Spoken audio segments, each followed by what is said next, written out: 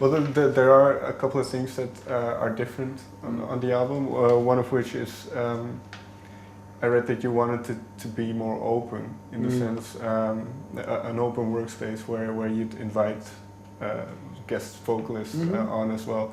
So was this a first for you? Yeah. Yeah, it was. Not just vocalists. Just even friends or like instrument friends, you know. Players. Was it a very seclusive process then? Before? Yeah. You mean? Yeah. It was just me and P doing everything.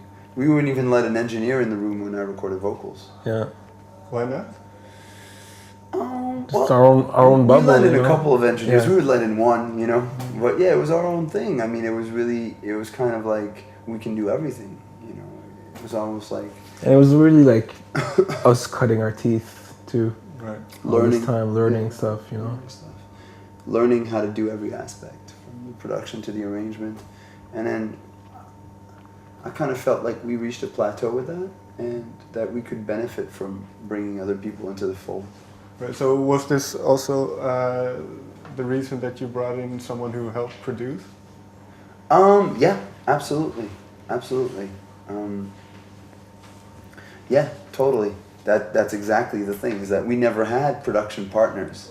And if you look at, you know, you look at the careers of certain artists that you admire, and like one point in the career you've got like, oh, Rick Rubin comes in here, you know what I'm saying, or like other producers or other ears come in here.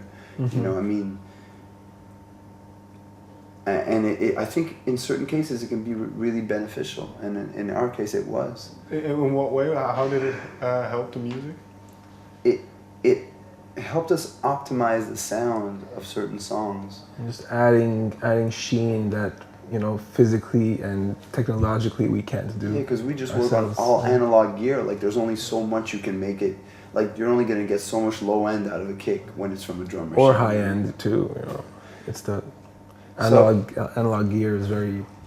So it was nice to have other people who are also into analog gear, but like good with kind of more modern devices to work with us. And it was cool to write with these people too. Like, I mean, we're talking about Oliver, who basically co-produced more than half the album with us. So.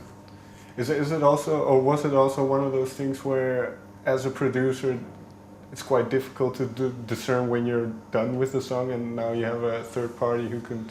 No, because we finished all the songs ourselves. They came in actually like in the sort of the middle section where the song is written, or most of. I mean, they wrote a couple of things on the record too, though, that are really good. But in a lot of the cases, the songs were written, and we wanted kind of to beef them up or make them sound bigger, and see whatever ideas they had, and then we took them back and kind of finished them. Well, this bigger sound, this more fuller sound, was also a change in respect to the previous album. Yeah. When you listen back then to the previous album, how do you listen to, or what do you hear? In comparison, having gone through the process of making White Wheels. More sheen, more bottom.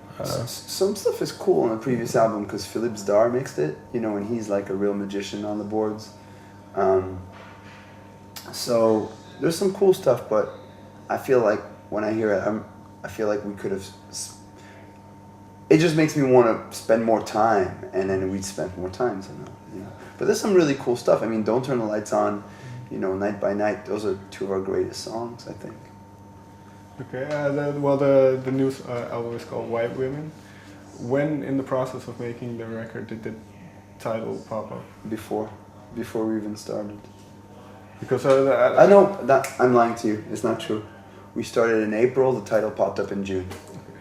But it was in the early stages, and I believe that I read his name down, but I'm sure I can't. There it is. Helmut Newton was a big influence. Yeah, just visually. Visually, yeah. You know, it's kind of like, you know, it's just this iconic thing, right? Iconic visuals. I mean, it's not like you can hear it on our music, but in our visual language, he's there. But you mentioned this visual approach with your first records as well. Is this always how you've looked at music? Yeah. Yeah, a whole package. like when you look at Guns N' Roses' Appetite for Destruction, right? Like we were talking about it before with the cross and the skulls on it. Like if you never heard it, you're just gonna buy it for that, and you're gonna want the T-shirt, right? It's just like, isn't it like one of the greatest images of all time in music? You know, so for us, yeah, visuals, they're just as important as music. So I assume then that you're very involved in it, in the whole. Yeah, of course, hugely. And well, you just mentioned that you can't hear the visual. So what does it add for you? It completes the experience of listening to music because you have kind of a visual universe to go along with it, you know, and for us that's, you know, a purist might say like, oh, music can stand on its own, and it's true. You know, if you don't have the songs, I mean, but at the same time, the beauty of it is that you've got artwork on all levels. You've got musical artwork, you've got visual artwork. You know, they complement each other, and it can enhance. They can just mutually enhance each other. You know, but at the same time, like if the artwork is dope, that lives on its own too. Like, you know, when we were kids, there was this group, Corrosion of Conformity. You know what that is? It's like I think it's like a hardcore or like a death metal band, and everybody knew how to draw the logo. But nobody knew the music. I never heard the music in my life, you know. Or I mean, what kind of music did you listen to? Rap or something, or anything? A lot of singer-songwriter. Oh wow, yeah. Kind of. Singer-songwriters that's the one area in the world where they don't give a shit about image. That's true. So I can understand why you're surprised.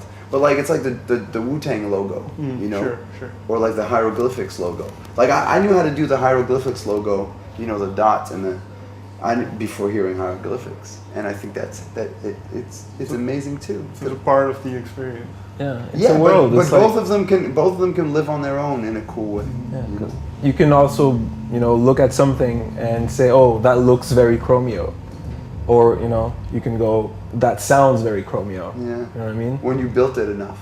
Yeah. I mean, all the best artists from today, the most interesting artists today, they've got a visual language that goes with their music.